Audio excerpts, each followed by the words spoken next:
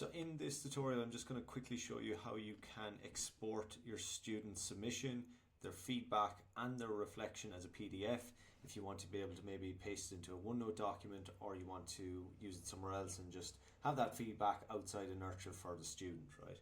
So I'm in this student here, they've already completed their reflection. So they've got their submission here, this is the feedback I gave them, and then here is their reflection as well. If I come up to the top here, there's a button called Export as PDF, and if I click that, it will download a PDF with the student's name and the title of the task on it.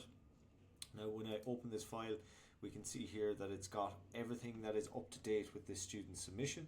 So in this case, the first page just focuses on Sophia's submission. So these are the attachments she submitted. Now all these attachments can only be previewed in Nurture, but there is a record at least of what attachments she has uploaded. Her confidence, which was neutral in this case, and the personal comment that she had for the teacher. Okay, on the next page then we've got the detailed feedback that I gave to Sophia. So this is the personal feedback comment at the top. Here are the learning outcomes. So in this case there is this one needs work, this one was and these two she succeeded at, and then finally Sophia's grade as well.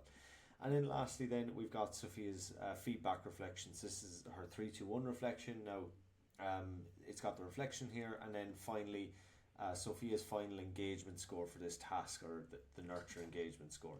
So with this document I can print it off, I can give it to Sophia for further reference, but it's always there for her. Now this exporting feature will always work with the context that is there. So in this case we've got the student that submitted, we've got the feedback here, but the student hasn't reflected. So if I was to export Shane's document and open it up, we'll still have the submission.